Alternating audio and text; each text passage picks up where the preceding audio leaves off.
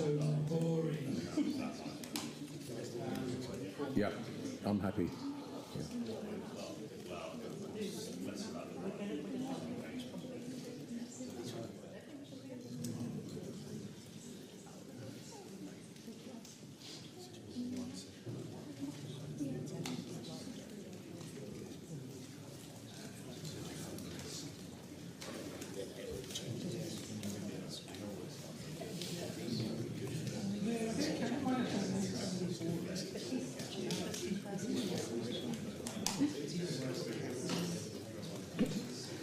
It's okay.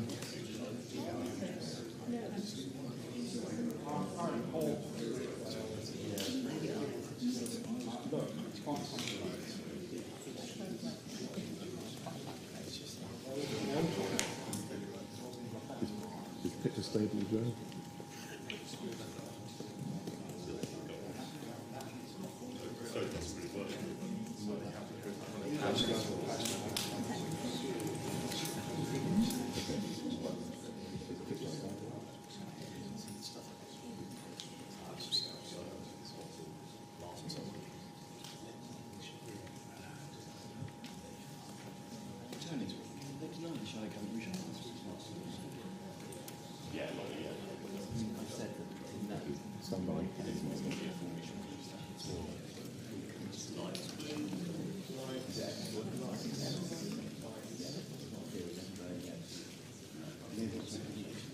Good morning, everybody. Good morning.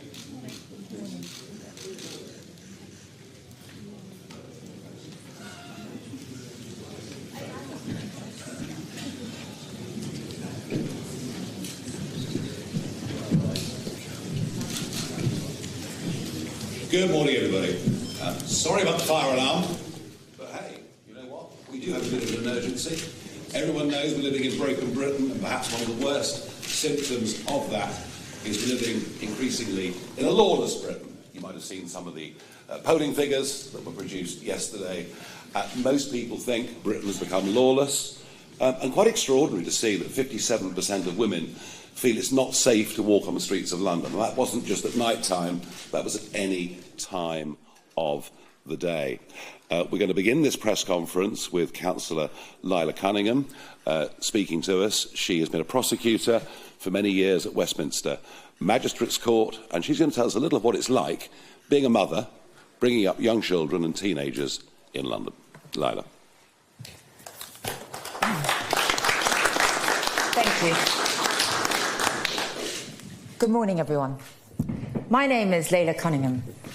I'm a reform Westminster City councillor, a mum of 7 and a former senior Crown prosecutor. And I'm delighted to be part of this campaign on law and order with Sarah and Nigel. A few weeks ago, I defected from the Tories because I just couldn't defend their abysmal record anymore. And as we've seen over the past year, Labour's no better. The truth is, both parties have failed this country on an epic scale. We learnt last week that both parties conducted covert, state-backed people smuggling paid by us. And I can assure you, only reform will smash that gang once and for all. But speaking out and defecting came at a cost. I lost the job I love at the CPS. Why? Because I told the truth. I told the truth about the lack of policing. I told the truth about the online safety bill that silences freedom of speech. And I told the truth about certain Muslim communities in this country that have brought immeasurable shame and fury on the wider community, and nobody dared call it out. But the CPS didn't like that. Just like the establishment doesn't like reform. They call us extreme or far right. Fine, so be it. We will never apologise for standing up for Britain and saying the truth. But for me, it's never just about politics. It's personal. Every time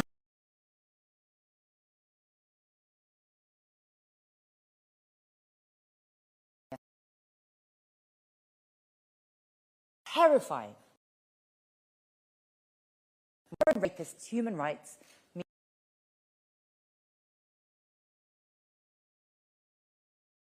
How the hell did we get here?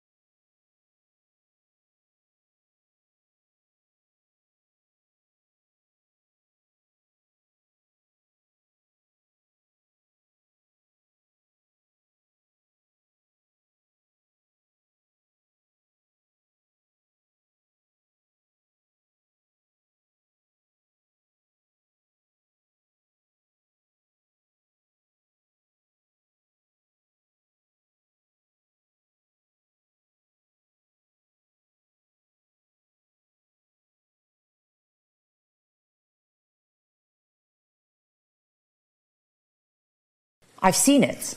As a senior Crown prosecutor, I prosecuted far too many hate speech and religiously aggravated crimes. More often, a drunken rant that presented no harm and no threat. And now they want to go even further by bringing in a so-called Islamophobia law, which criminalises criticising Islam. That isn't justice, it's censorship. Britain doesn't need more speech laws. It needs more police, more prison cells, and a justice system that actually protects the public, not censors it. The Tories failed to build prisons. In fact, they built just under 500. Yet a quarter of our prisons are foreigners, including rapists, that we cannot deport because both parties keep us wedded to the ECHR. And to really rub salt in our wounds, Labour are letting dangerous criminals out to free up space.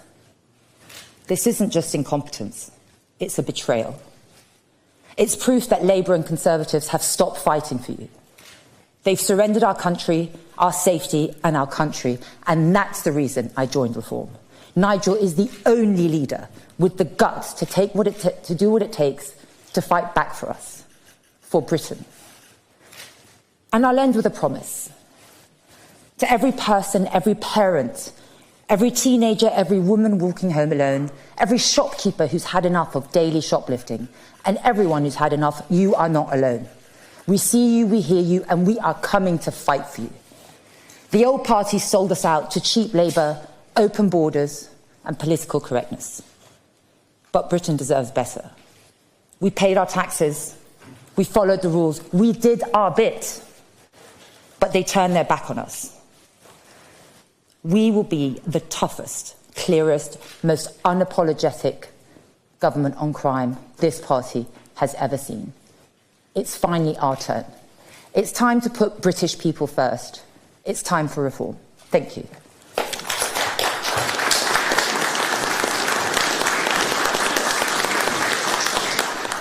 Laila, thank you. And yeah, I can imagine the anguish of parents with children, teenagers, going out onto the streets. You talked about London, but frankly, we could have talked about any other major city in the country, and the problems might not be quite as acute as London, but it's there and it's real. Now, up next is Sarah Pochin, who of course won the Runcorn and Helsby by-election by the vast winning margin of 6 votes. I was pleased because it was 4 before the recount, so we were going in the right direction. Sarah, before standing for us in that by-election, had for 20 years been a magistrate, and I know feels very strongly on the deterioration of law and order in our country. Sarah.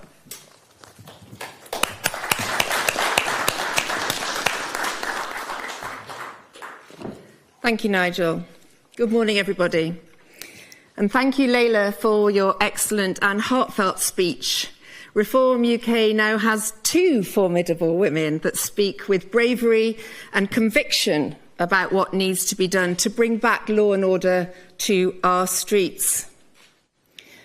As a magistrate of 20 years, I believe I am more than qualified to talk with confidence and experience about the changing face of our courts, our prisons and our society, and qualified to have strong views on the urgent reforms that our judicial system needs to restore the trust of the British people. During my judicial career, I have witnessed significant changes to the kinds of cases dealt with by the Magistrates' Court. 20 years ago, I would deal with numerous shoplifting cases, but in recent times, individuals being prosecuted for shoplifting just doesn't happen. Why? Because shoplifting has become a crime that the police just ignore. The cost to business, the sheer nuisance factor, the abuse of security guards seemingly powerless to apprehend the perpetrators, all of this needs clamping down on.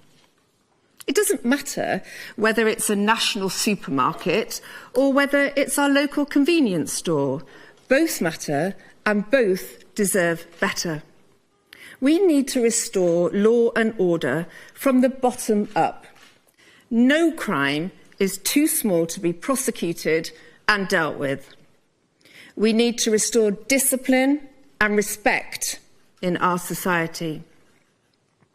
Interestingly, one of the last cases I dealt with was a Romanian OCG, organised crime gang, that was running rampage across the northwest, shoplifting on an industrial scale. A good example of how the courts have become reluctant to administer tough justice. I was advised I couldn't send these criminals to prison because they didn't have a criminal record in this country, and as such could not be given a custodial sentence. I'm sure it won't surprise any of you in this room to know that all 4 were duly sent down immediately under my watch. And yet, of course, now, under this woke Labour government, we are experiencing 2-tier justice, where someone who writes an ill-advised tweet goes straight to custody, possibly for 30 months, even with no previous criminal record, or in fact, any dealings whatsoever with the police. I have 2 Lucy Connollys in my constituency of Runcorn and Helsby, one of whom I visited recently in HMP Kirkham. He was released last week on licence, and the other one is still in there until September. What shocking examples they are of inappropriate, politically motivated sentencing. Furthermore, the rise in antisocial behaviour and sexual violence against women and girls in our communities is alarming. And whether we like it or not, both are related to the influx of migrants from certain countries, particularly Afghanistan and Eritrea. We know that Afghanistani men are amongst the largest group of migrants that commit sexual violence against women. I am constantly accused of scaremongering on this issue by the woke Labour blob, but the British people will not be lied to anymore. We know that we are heading towards a crisis point in our society, and the denial of this by the establishment is nothing short of treacherous. Recent unrest in Northern Ireland and Epping should serve as a stark warning to this government that the British people will not put up with this betrayal for the next 4 years. We also need to restore the confidence of the British people in our police force. We've had enough of woke policing, enough of our police being in denial about the increasing threat to our own safety from the influx of illegal immigrants, enough of police no longer using stop and search to tackle knife crime, enough of police ignoring mobile phone theft, ignoring the rise of blatant cannabis use on our streets, sympathising with protest groups that simply do not reflect the views of the majority of the British people. Police need to police with impartiality. A reform government will address these issues and restore a strong police presence in our communities to protect our citizens. Turning to the courts, I have seen significant changes in the attitudes of our CPS and our probation service over the years due to funding cuts, pressure on the system, and a softening approach to crime. These days, a defendant is often wise to playing the anxiety and depression card when faced with a community penalty, thus removing that sentencing option from the magistrates. 20 years ago, this just didn't happen. Many defendants these days are claiming universal credit or disability allowance, as is reflected in this country's spiralling benefits bill. This makes the amount of any fine imposed or amount of compensation awarded to a victim pitifully low. And yet they all have money for cigarettes, vapes, smartphones, Sky TV, XL bullies, you name it. I've seen it. Those that do receive unpaid work in the community often can't complete it, actually through no fault of their own, but because of our under-resourced probation service. a probation service that this Labour government is planning to load with more responsibilities by the early release of dangerous criminals, a recipe for disaster. I resigned as a magistrate to fight the Runcorn and Helsby by-election. The shocking truth is that even if I had not resigned when I did, and for the reason I did, that being, I believe you can never mix the judicial system with politics, I fear I would have done so by now anyway, because of the two-tier justice this country is now experiencing. But having won that by-election, I am now in this position to speak out with a strong voice on these issues. Whether it's the judicial system, the prison service, the probation service, or the actions of the police, Britain needs reform. People need to feel safe again. Over the next few weeks, I will be fronting up a campaign of law and order policies detailing how Reform UK would restore confidence and trust in the system. Thank you. I would now like to hand over to Nigel, who will talk in more detail about the policies we're launching today.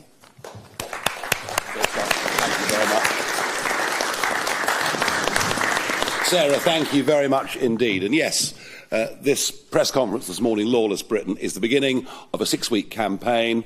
We will, over the course of the next few weeks, highlight individual areas, go into much more detail, and we'll also have one or two quite well-known people appearing on our stages, coming sort of out of obscurity, political obscurity, to support what we are trying to do. One of the things I think that has sort of really led to deterioration of trust in politics are successive Home Secretaries telling us crime is falling. You hear it every year, crime is falling, so please don't worry your poor little heads. Well, that's because the crime survey for England and Wales is based on completely false data.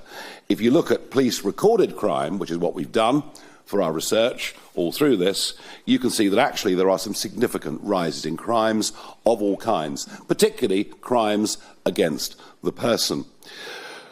We're actually facing, in many parts of our country, nothing short of societal collapse. If people are scared to go out of the shops, scared to let their kids out, that is a society that is degrading, and it's happening very, very rapidly. I'm astonished that there has been so little debate in Westminster amongst our political classes on this issue, because I'm sure they must, in their MPs' inboxes, get members of the public telling them just how grim things really are. Sarah mentioned the word respect. Respect for those in uniform has declined massively.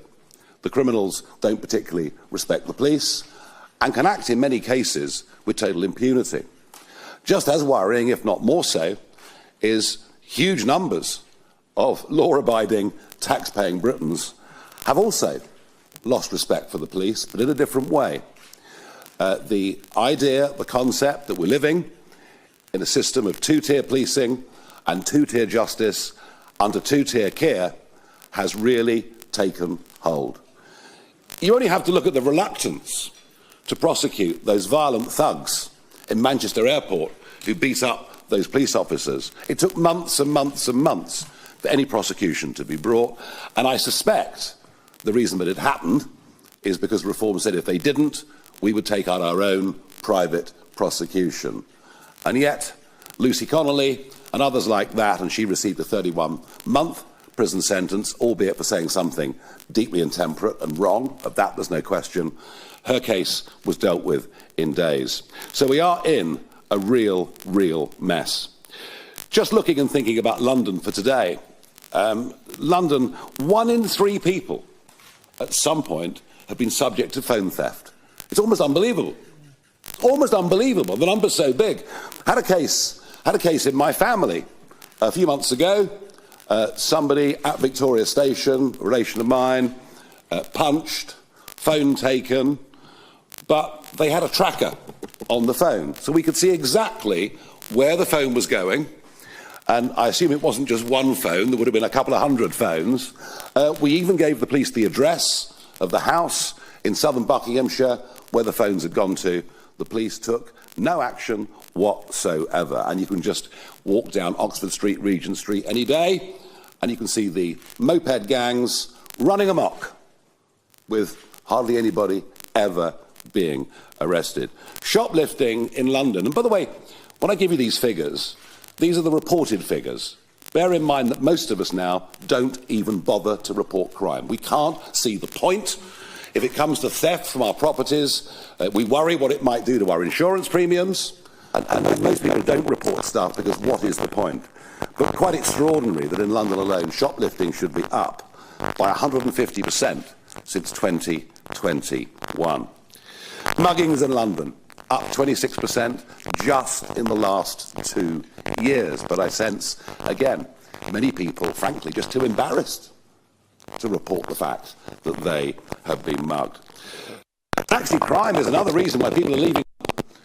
John Friedrichsen, the shipping magnate, he's going, taking his billions with him, saying London are increasingly reluctant to come to London because they know what is likely to happen to them once they arrive. So it is a very, very serious problem. But there's a parallel from which I think we can draw great inspiration. I worked in the 1980s for a couple of Wall Street houses in my days in the commodity markets, and I remember if you left a restaurant in New York at 8, 9 o'clock at night, you made sure the taxi was there, waiting, the guy gave you a wave, so that you literally spent sort of 5 or 10 seconds leaving the venue. So bad was street crime in New York. And yet, 10 years later, you could wander about New York at 2 o'clock in the morning, being really unconcerned that anything would go wrong. And this, of course, was the inspirational mayor, Rudy Giuliani, who followed the broken windows theory, which is if you deal with crime, if you deal with graffiti, you deal with litter, you deal with things at the ground level, that actually that helps stop crime going further up. And we're doing the opposite. You know, since 2014, you can shoplift up to £200, and frankly, nothing is going to happen to you.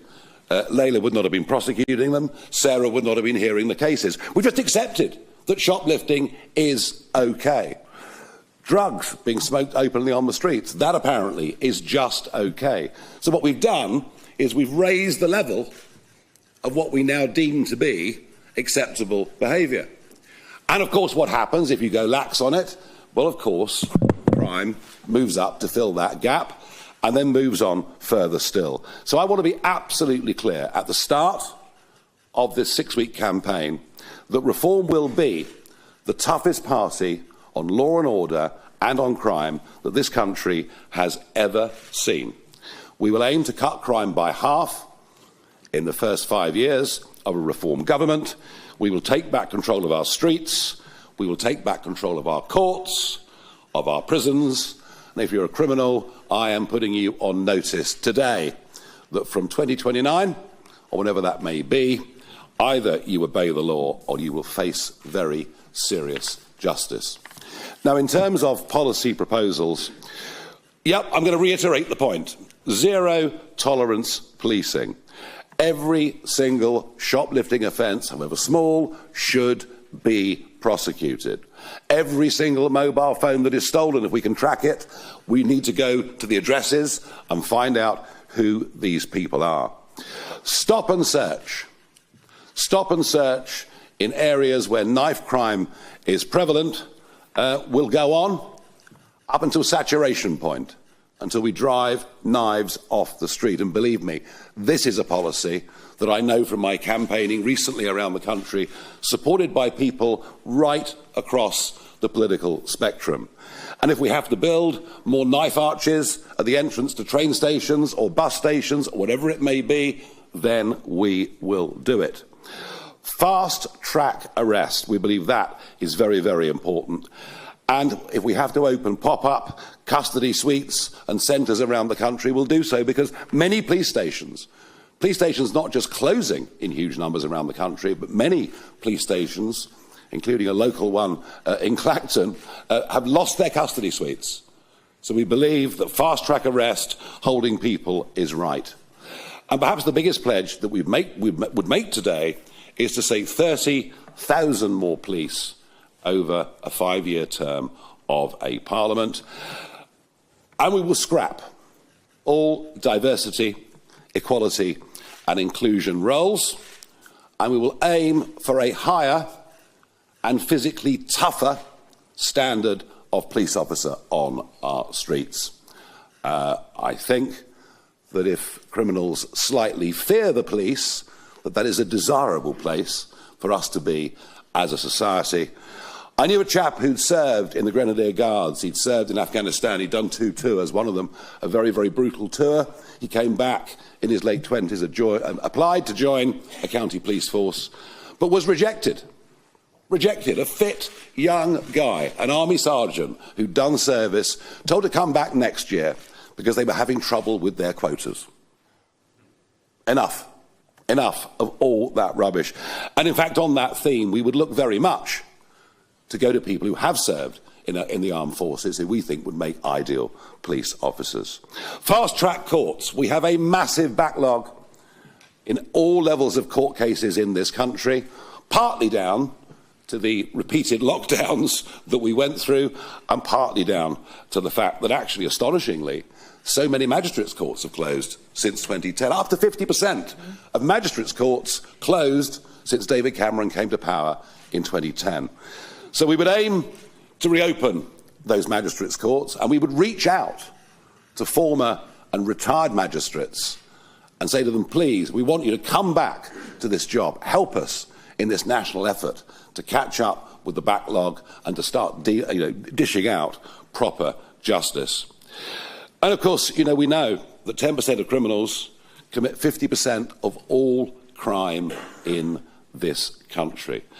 So it won't surprise you to know that we are not supporters of the Labour government policy of early release for offenders. Weren't some of those scenes outside our prisons deplorable? People being let out, being met by Lamborghinis, Rolls Royces, champagne being opened, and the reoffending rates have been truly horrific. No, we take a very, very different view, and we do absolutely think that if anyone commits more than 3, and whilst of course prison should aim initially to rehabilitate and to educate, if people are convicted of more than 3 serious offences, well, frankly, we think that puts them on a course towards life imprisonment.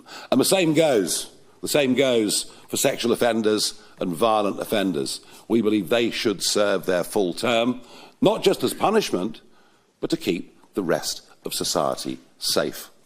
So we're very strong on that.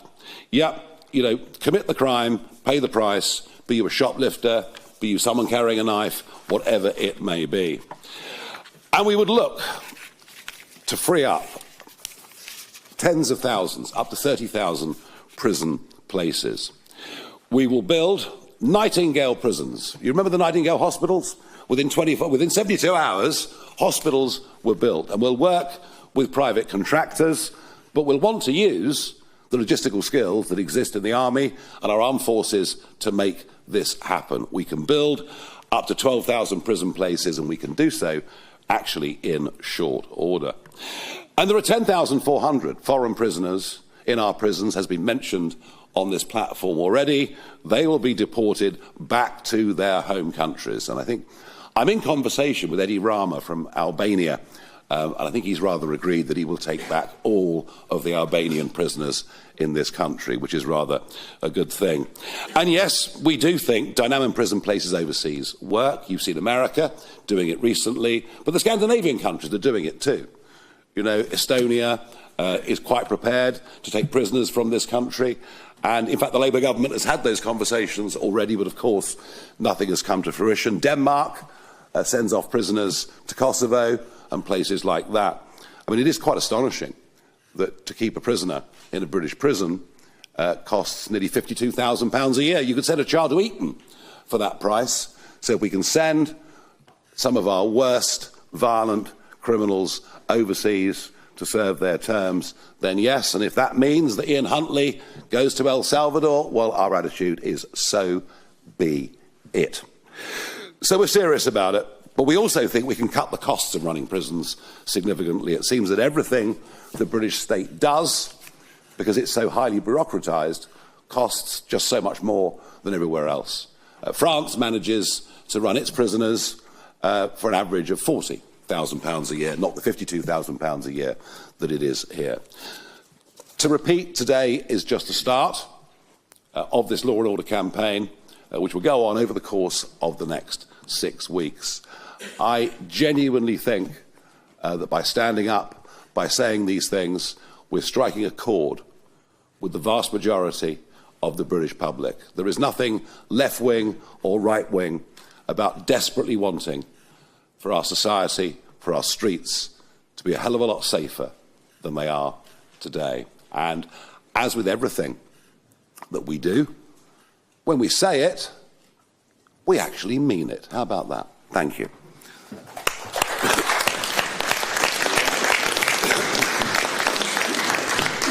Okay, we have a long list of questions, and as you know, we are unafraid to take any question the media have for us. On my list, I'm beginning with Nick Eardley from the BBC. Nigel, you've talked a lot about what you would do. New prisons, new pop-up custody suites, deportations, fast-track courts. Presumably you'll need extra police as well if you're going to have crime. How are you going to pay for it?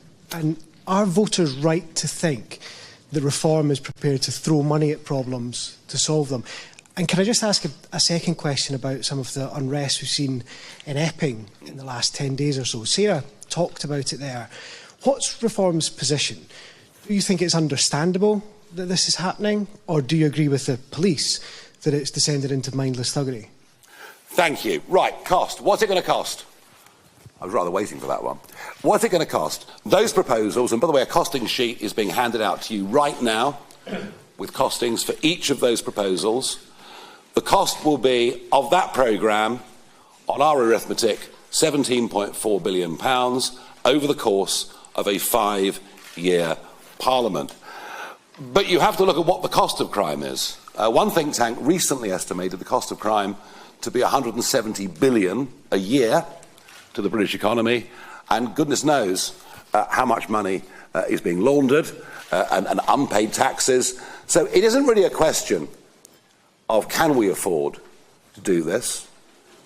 It's really a question of we can't afford not to do this. That's just how grim and serious the situation is. Our societies are spiralling downwards.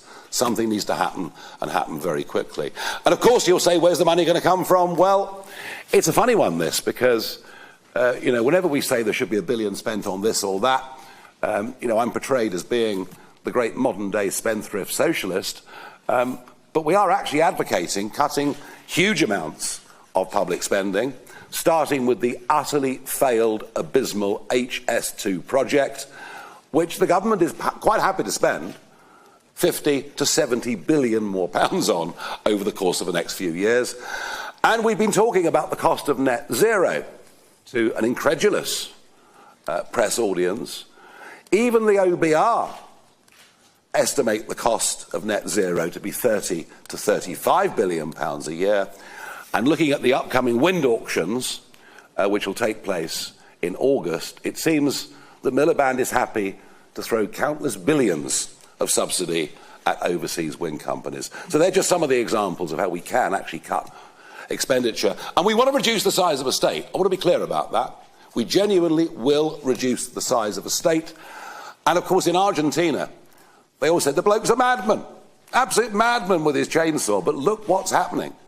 He's cut the size of the public sector by about 15%, 20% in some cases, and Argentina is beginning to see the beginnings of an economic miracle.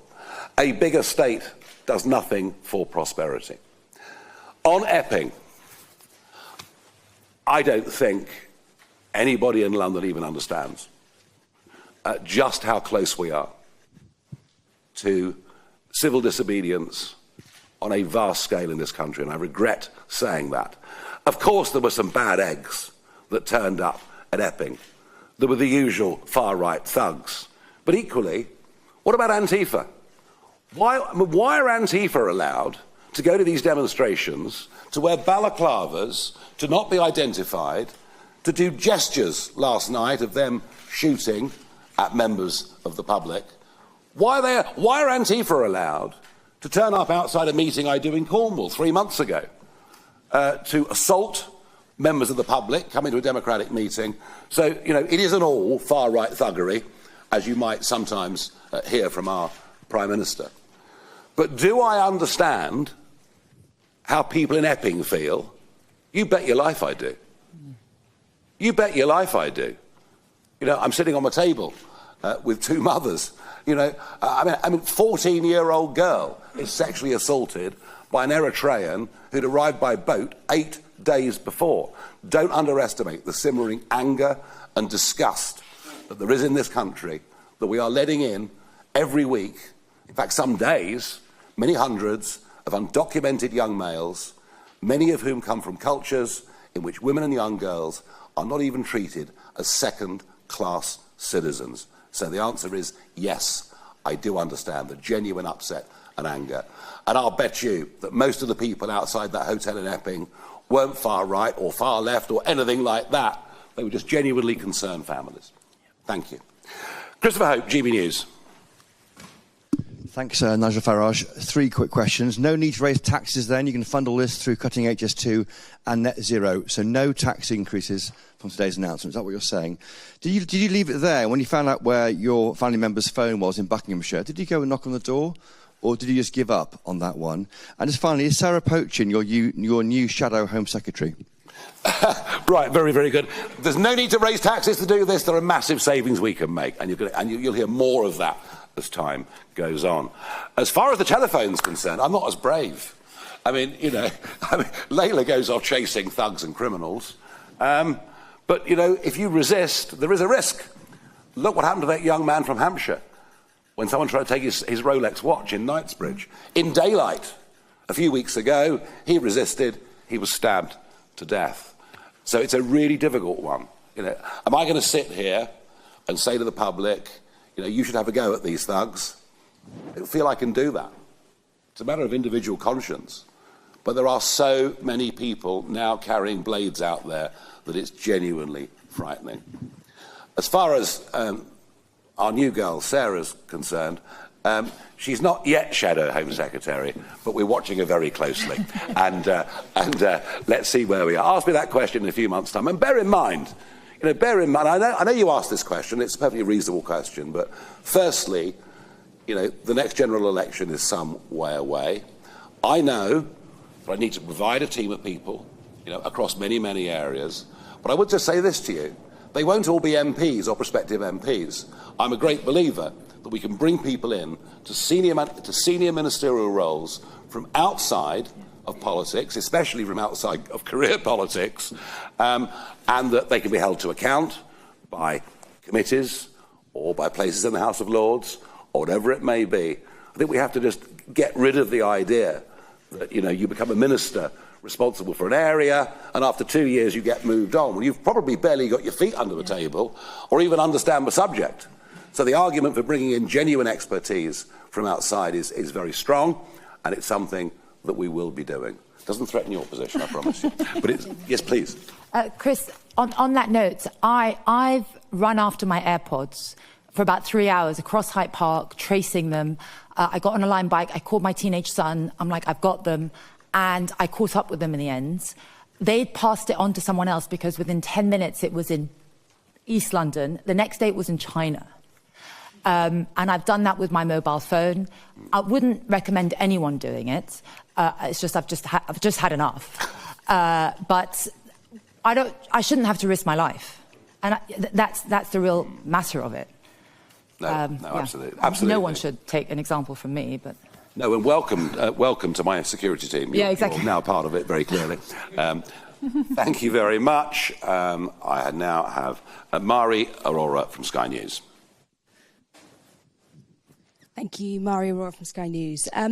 You say you want to deport almost 10,500 foreign criminals. So You say countries like Estonia are willing to take them back. Are you confident all of the countries that these people are from will take them back? And in exchange, will you agree to take all of our foreign criminals who are in other countries? And just secondly, on these Nightingale prisons, if you erect these prisons very quickly, how secure will they be? What kind of criminals would you be securing in these Nightingale prisons? You know, will the public be concerned that they will essentially be able to escape? Right. The answer to your first question is yes. Of course we're prepared to take British prisoners from other parts of the world. That's fair, right and proper. All right? So no question, argument about that. As I say, I'm in talks with Eddie Rama from Albania. In fact, I might even go and visit him over the course of the summer. Perhaps I'll charter a jet and take a load with me. And look, you know, if countries are reluctant to take back their prisoners, well, we'll make it very straightforward. We'll just end travel, we'll end visa restrictions. So we've got plenty of muscle to be able to do this, and that's right and proper, and it's what we should do. That was for existing prisoners. As I say, you know, the secondary consideration would be that you can send a prisoner to serve their sentence in Estonia, and that's going to cost the British taxpayer about $20,000 a year, as opposed to the current $50,000 a year, and I think that would be overwhelmingly popular with the public.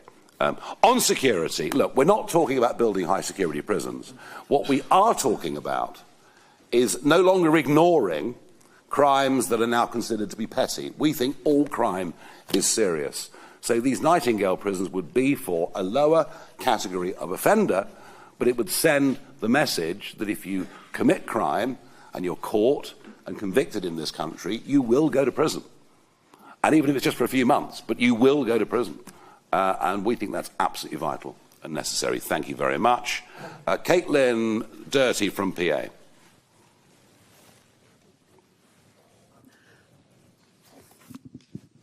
Morning. Thank you. I see you give some details in your costings of, former sites that have been converted into prisons. But I was just wondering if, in your push to create prison places, whether you would force reform councils to accept prisons in their areas. Good question. And yeah, if they're the right locations, then yes. And don't forget, provided we've overcome the security aspect of people escaping. Well, at the moment, of course, I was even told the other day by the Chief Inspector of Prisons in this country that up to 10 kilograms in weight of cocaine can now be dropped into prisons using drones. And they even think with drone technology, we're not far away from them actually getting prisoners out using drones. So provided there's no risk of people escaping, and given that they're lower level offenders, Caitlin, not violent necessary offenders, then I think a prison in an area for what is a disused MOD site actually provides quite a lot of well-paid jobs in an area. So the answer to that is yes. Noah Hoffman from The Sun. A lot of questions. Thank you, Nigel. Two really quick ones. Firstly, have you spoken to any members of the government in El Salvador about them potentially receiving an influx of British pedos and murderers?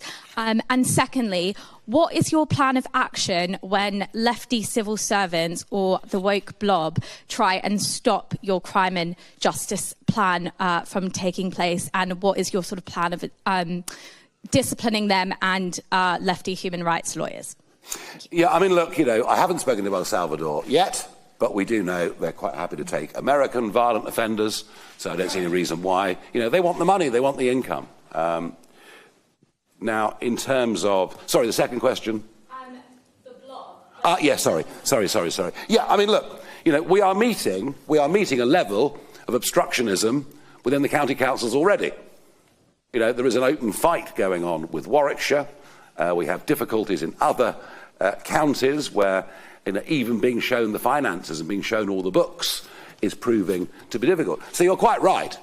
The march through the institutions since the premiership of Tony Blair, whether it's through the civil service, whether it's through the education system, whether it's through the quangocracy, which increasingly has more power over individual people's lives than what happens in Parliament, there is going to be one hell of a cultural battle that is going to need to go on. And we're aware of that, we're conscious of that. But we're also conscious that all the while we remain part of the ECHR, and all the while the British judiciary and judges can lean on the ECHR, frankly, very little of what I've said today is actually going to be achievable. And so I think, the sort of first job, the first big job, if Reform win the next election, is to deal with this issue. And we are not taking away human rights from people or anything of the kind. We're getting rid of a piece of legislation, of a set of structures put in place with the very best of intentions after World War II, but that are now 3/4 of a century out of date, is how we feel on that. Guys, do you want to? Yeah. You happy? Fine, good. Do chip in whenever you want. Camilla Tominey from The Telegraph. It's actually not me, it's my partner in crime. Oh, okay. Hello, I'm doing work experience. Very good. And 2 questions. One, does Reform support chemical castration for prolific sex offenders? It's not on the list, no. I suspect. Secondly, you just said you will not be taking human rights away from British prisoners, right? But you've mentioned El Salvador. El Salvador, as I'm sure you know, is in a 3-year-long state of emergency, where it detains people without trial, including around 3,500 children. It is notorious for overcrowding, a country in which there are just 70,000 prison spaces with 109,000 people in them, and where torture is reported and over 350 people are suspected to have died. Now, prisoners who go there may well be wrong-uns, but they are British, they are human beings, and they have human rights. Are you comfortable, if you can get past the lawyers, with sending British people to prisons with those kind of conditions? OK, we are not going to send people for trial in El Salvador. Let's make that absolutely clear. People will be tried in this country, and El Salvador might be quite an extreme example. But the idea that we could send prisoners to Kosovo, to Estonia, and everything else is a very, very serious proposal. Would we be comfortable with... Well, we'd have to... I mean, look, we would not want to think that people going there would be in danger of their lives. If we thought that, we wouldn't send them, fairly obviously. And on chemical castration, that is not on the list. But tell you what, over the course of the next 6 weeks, you'll hear an awful lot more from us on a whole range of subjects. So. I'd just like to add to that point, what about the human rights of the women that have been raped, the children that have been subject to sexual abuse? Our prisons are too soft. And clearly, El Salvador is an extreme example. But the point is that other countries have already got these agreements. Our prisons are too soft. If they lose some human rights about family visiting or whatever else it might be, or Sky TV in their cells, well, it's a good thing, because it's about time we got tougher with these people. Thank you. Martin Beckford, Daily Mail. Thank you, Nigel. Martin Beck for Daily Mail. You talked about two-tier sentencing. What would you do with the judiciary? Would you want to replace judges? Would you look at electing judges as they do in some states in America? Thank you. Well, we've got 2 levels of this, haven't we? We've got judges, we've got magistrates. It's not really about the judges. It's about the sentencing guidelines and the legislation that dictates it. And that's what has to be looked at. To be fair to many of the magistrates I've faced or judges, they're applying the law, and that law was brought in by the Conservatives and Tories, and Labour. The sentencing guidelines allow for a lot of mitigation. As Sarah said, I mean, I had one where a publicly paid lawyer stood up and said, "Your Worships, my client has just come from on a boat, and we must appreciate how difficult that must be for him. And because he's illegal, he can't work. So he has to commit crime." And that is the attitude some of the courts, and that is mitigation. And as Sarah said, ADHD, anxiety, these are all mitigating factors where a criminal could avoid prison and just plays the system. So it's a reform of the whole system, and I wouldn't want to blame any judge or magistrate for just applying the system. Well, what I'd like to add to that as well is that I do think there is an element of the judicial system, the judges that are party to this two-tier justice, and the Lucy Connolly type examples and the 2 people in my constituency that are subject to this. I know that the judge in those cases was complicit in effectively what I would consider was politically motivated sentencing. So there definitely is an element now of politically motivated sentencing in our legal system. I don't know why, or I don't know how they are under the pressure that they're under, but that would not have happened some years ago. It's happening now and it needs to be sorted out. Thank you. Moving on to Jonathan Walker from The Express. Thank you. Hello, Nigel. You seem to indicate in your speech that people who commit free crimes will be sort of on the road to a life imprisonment, I think was or a similar phrase you used. Are you planning a sort of free strikes on you out type rule? How would that work? We're certainly moving in that direction, yes. And I repeat the stat. 50% of crime is committed by 10% of criminals. These are repeat offenders. Of course, the primary aim of any prison system should be to educate, should be to help train people, should be to help rehabilitate people, and the more of that we can do, the better. But there is, I'm afraid, that certain percentage who will never be rehabilitated, who will probably use prison as a very different kind of school, how to learn to be even better criminals when they come out, and we do know that does happen in some cases. And frankly, as I said earlier, with these type of people, locking them away for a very long time serves one very important purpose. It keeps everybody else safe and away from them. So we have no difficulty in saying that whatsoever. Lucy White, Bloomberg. Hi, all of you, and thank you for taking questions. I had 3 short questions for... 3? Chop out the same, so I have to stand up. Go on. The first one is on fraud. You mentioned the £170 billion figure. That a huge amount and growing amount of that is through financial crime, including fraud. I've not heard you talk about that today. Can you tell me if you have any way that you plan to address that? And can you be confident relying on that £170 billion figure to say that this is going to pay for itself if a huge amount of that is coming from financial crime? The second is on criminals, aside from the ones you've spoken about today. A lot of what you've spoken about seems to be focused and concentrating on foreign offenders and migrants. A lot of the crime that we see in this country is through British people. A lot of the shoplifting we've seen is through British people. A lot of the sexual offending is from British people. Do you have a plan to address those sorts of crimes as well?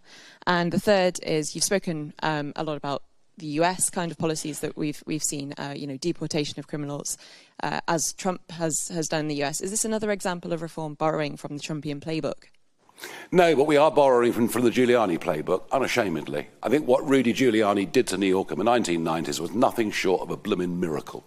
And as somebody who spent over 20 years working for American companies, I was a regular transatlantic commuter, and I saw what one inspired, brave leader with a New York Police Department that wanted to work with him, with a court system that acted very, very quickly. I saw what could happen, what the potential was. And I believe that London needs a Giuliani, not a Sadiq Khan. I believe that all of our capital cities need completely a different level of political leadership. Look, we are not ignoring the fact that there are many people in the criminal base in Britain who are British born and bred, whose families have been here for hundreds of years. We know there is a problem. But we also know there is a complete lack of fear. They're not fearful of being caught. Why would you fear being caught shoplifting? Because nothing's going to happen to you. Yeah. You can go and do it day after day after day. And a lot of that, yes, is British people. I think the foreign reference is, this is a national security emergency. What is going on in the English Channel is a national security emergency. There were 3 arrests of suspected terrorists who'd come by boat just a few weeks ago, as an example. And I think, your work in London, Yeah. I mean, the amount of cases you saw. Just to point out to you, a quarter of our prisoners are foreign, which is huge. And yes, there are British-born, but we're not talking about that. A quarter of them are foreign, and we cannot deport them now because of the ECHR. Or worse, they get released early and can get put up in nice hotels while the rest of us work to fund it. It's fundamentally unfair. And from my work in London, I can tell you a vast majority are foreign. For instance, in the Westminster Magistrates, there's about 5 Arab interpreters. And you don't get that anywhere else. So there is an issue. And to your point of, did you say copying the US? Borrowing from the US. I think as we're a new party, we look around and see what works. And we're not wedded to any kind of idea. And what works, we will implement here. just like Nigel mentioned, Denmark deporting their prisoners. Yeah. I wouldn't say borrowing. I'd say that we take the best and we try and implement it here. Yeah. Sarah? Can I just add as well, on the subject of foreign versus British defendants, what we want is equality and in the way they're treated. We're now in a situation where we haven't got them treated with fairness. We're in a two-tier justice system. We need to bring back fairness, no matter what. I was always taught when I first became a magistrate, you go into that court, you ignore what the sex of the defendant is, you ignore, the age of the defendant. It's all about treating, or the colour of the skin. It's about treating everybody the same. That is not happening. We are suffering from two-tier justice, and that has to change. OK, Noah Keat, Politico. Thank you very much. You've spoken about Reform UK being the toughest party on law and order. So I just wondered what your stance was in expanding the use of live facial recognition technology, as will happen at the Notting Hill Carnival this year, given that the Met Police say that that's key to identifying people who pose a threat to public safety. And just quickly, you've also spoken about clearing the court backlog. So I wonder what the party thought about restricting who had the right to a jury trial, as Lord Leverton has suggested. There's not much point having facial recognition cameras if you're not going to punish anybody. So it's all the wrong way round. It's all the wrong way round. We're talking here, very much this conference today is talking about low-level crime up, that there has to be a punishment that fits crime, even if our leaders and many of our police forces now don't think shoplifting is a crime. We do. We do. So if I really thought... hey, we are the most surveilled city in the world, the most surveilled country in the world. What difference has it made? Has it made us safer? Not one bit. So it's a very low priority. I'll just jump in. There's no point in having facial recognition as long as facial coverings are a norm. And I've seen it in court where defence lawyers come up to me and said, it's blatantly his client, but he's like, you really can't prove it without reasonable doubt. So as long as we allow gangs to roam around in balaclavas, you'll get a lot more brazen. And that's happened since COVID. Police have told me that crimes have become a lot more brazen because it's normal now to walk around with a COVID mask or a balaclava on an August hot day. And in terms of the jury trial, it's not as straight as you say it, because there are either way offences, and I think that's what either way offences can be tried in the magistrates or can be tried in the Crown Courts.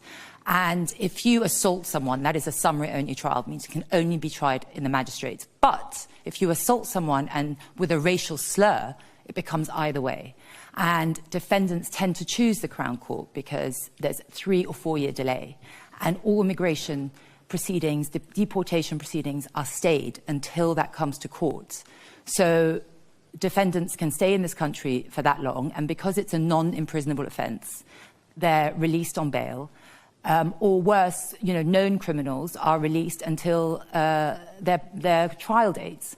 So I think removing those minor offences that are only aggravated by, let's say, a racial slur, a drunken rant, will definitely free up the Crown Court, because other more serious crimes take a back seat.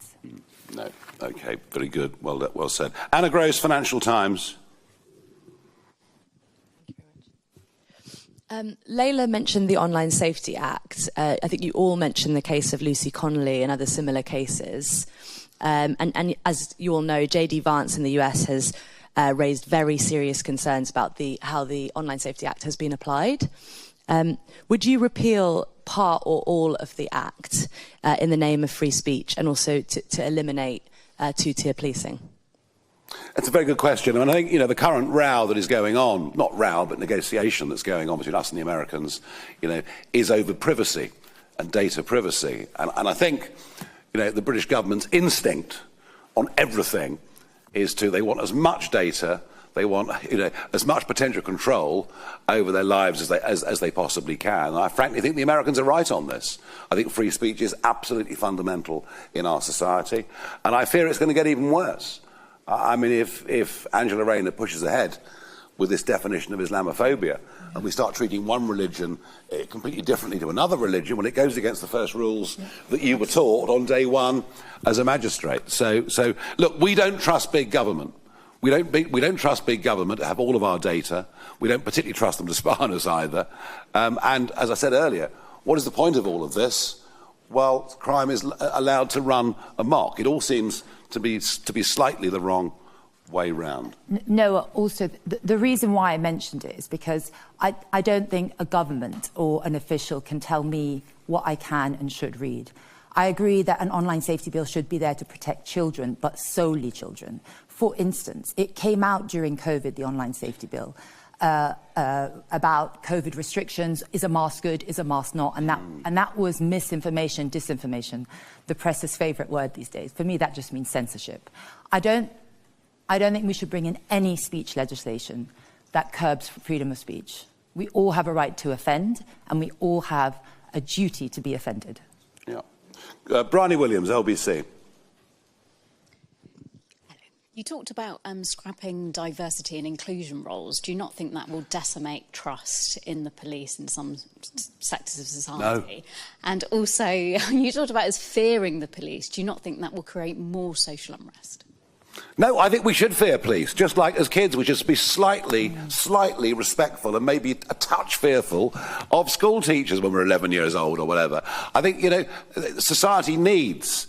You need just that tiny little bit of fear. And I think that for people out looking for trouble, and if they see, a couple of big strapping police officers, they'll think, well, you know what, this may not be quite such a good idea.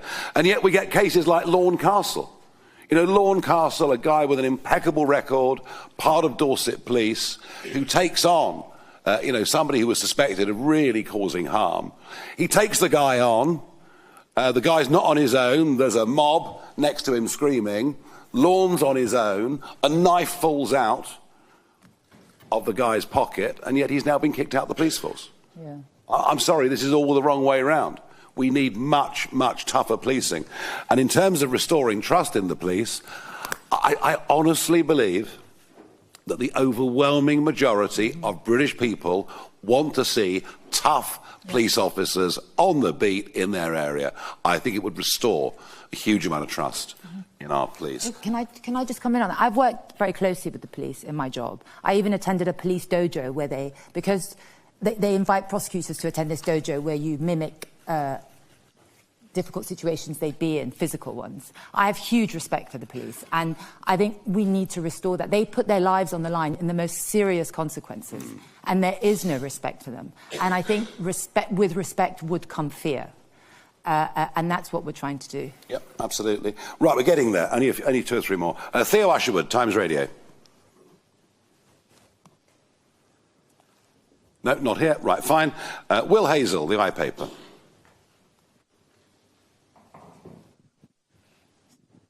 Thank you. Nigel, you spoke about us needing a physically tougher standard of police officer. Does that mean some people currently being hired as police officers shouldn't be? And who are these people? Can you give us an example? And a second question off topic, if I may. We've had a big speech from Liz Kendall this morning on pensions. Do you think the state pension age will have to rise? I know you've said you're not going to get into detail of what you might do about the triple lock, or you'll do it before the election. Yeah. But lots of people are concerned that is increasingly unaffordable. Do you share that concern? I share the concern with pensions being unaffordable at a national level. I also share the concern of the absolute scandal of the private pensions industry, which has served people terribly but done frightfully well for itself. And I fear a budget coming up in the autumn that will discourage people from saving and actually drive more people on being wholly reliant on the state when they finally reach old age or have to go to a care home. So it's a big, complex area. Frank Field was told to go away and think the unthinkable. He did, and Blair got rid of him. And we're going to have to face the reality that if people are living longer and longer, then inevitably retirement age is going to have to rise. How quickly that happens, when it happens, but I think it's actually an inevitability, just given where we are. And let's face it, the country's getting poorer. We con ourselves that GDP is up. Of course it's up. We're running massive budget deficits, and we've got the population increasing by up to 1 million people net every year.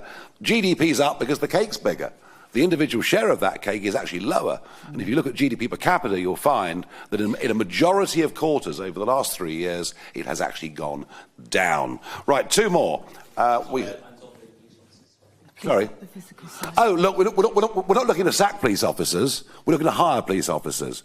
We just think that a better physical standard is needed, and we believe that through DEI we have lowered standards, and that is our firm, strong belief. Apologies. Right, two more. Laila Cunningham from The Guardian. Thank you. Nigel Farage, after the election, there was a controversy over one of your MPs, James McMurdoch, who had a past conviction for assaulting a girlfriend after repeatedly kicking her. He spent a week in a young offenders institution.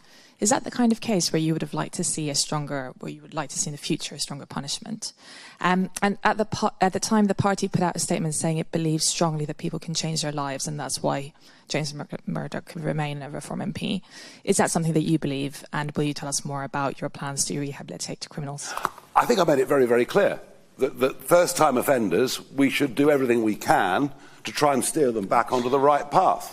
And the reason that I did defend him then, as strongly as I did, I thought here was a very good case of somebody who had rehabilitated, who had gone on to live a constructive life, when so many young lads from his part of the world, after their first brush with the law, then spend the next 40 years in and out of prison, which does happen all too often. So do we believe there should be rehabilitation? Do we believe that first-time prisoners should be given access to education, to learning skills?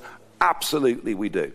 And we understand that a lot of people like that will have come from backgrounds where, frankly, they've come from difficult family situations, where they've not had a good education given to them at school. They might not have been suited to learning in that way. So the answer is yes, of course. But, you know, what we have to send people like that, a message that all crime is wrong and bad and all crime will be punished. That's the point, you know, and we need to have a lot more respect for each other in society. And if that means taking out a percentage of the population who are making lives utterly miserable for everybody else, and if that means putting them in prison for much longer, then we absolutely believe that it's right and proper that we should do so. Last question, David Burke from The Mirror. Hi, thank you very much. I'm going to be a villain and ask you three very quick ones, if I may. The first one, we've heard a bit from you on enforcement of social media, things that people say. We've seen in the last 24 hours, a member of the Lionesses squad has talked about some of the horrendous abuse that she's endured. Are you able to clarify what your position is on this? If someone posts some horrendous racist abuse, for example, how proactively should police be chasing this, and what should they be doing? I mean, is it a case of just hurty words, as has been described previously by some politicians, or do you think that police should be sort of recognising that this has real-world consequences on victims? Second question, if I may. You've mentioned the possible 3 strikes. Would you envisage that applying to Tommy Robinson? My third question, very quickly. You've talked about some of the issues relate to drugs and the impact that has. Would you, in a case where a Reform MP, councillor or staffer was found taking drugs like cocaine or ketamine or any other, would you kick them out? OK. Well, I suppose on that third question, I mean, I always believe in second chances in life. You know, if people offend in a way, you say, well, look, you know, you're on notice. Luckily, I've not had to deal with any of those cases. As far as Mr. Robinson's concerned, I don't think his recent convictions have been for violent crime. I think they've been for contempt of court, and serious though that is, it doesn't quite fall into the same category. And on social media, look, abuse on social media is rife. You can have my account for a day if you like and see some of that. And look, you know, of course the limit to free speech, there is a limit to free speech of incitement, of shouting fire in a theatre, of all of those things. And, you know, people should have their wrists slapped if they behave like that. But there's a difference between a wrist being slapped and, as Sarah outlined in 3 particular cases earlier on, you know, somebody who previously has had an impeccable record, you know, serving lengthy prison sentences. So it's about balance. Ladies and gentlemen, thank you very much. Can I just add one thing? As a Muslim myself, I've faced a lot, since I've come to Reform, a lot of racism online, which I could screenshot and send and make a big deal. Their words, their people's opinions. It's just the way it is. Once you're a public figure, I think, or once you speak out, whether you're public or not, it just comes with the game, sadly. Not nice. But it's not a crime. Thank you. Marvellous.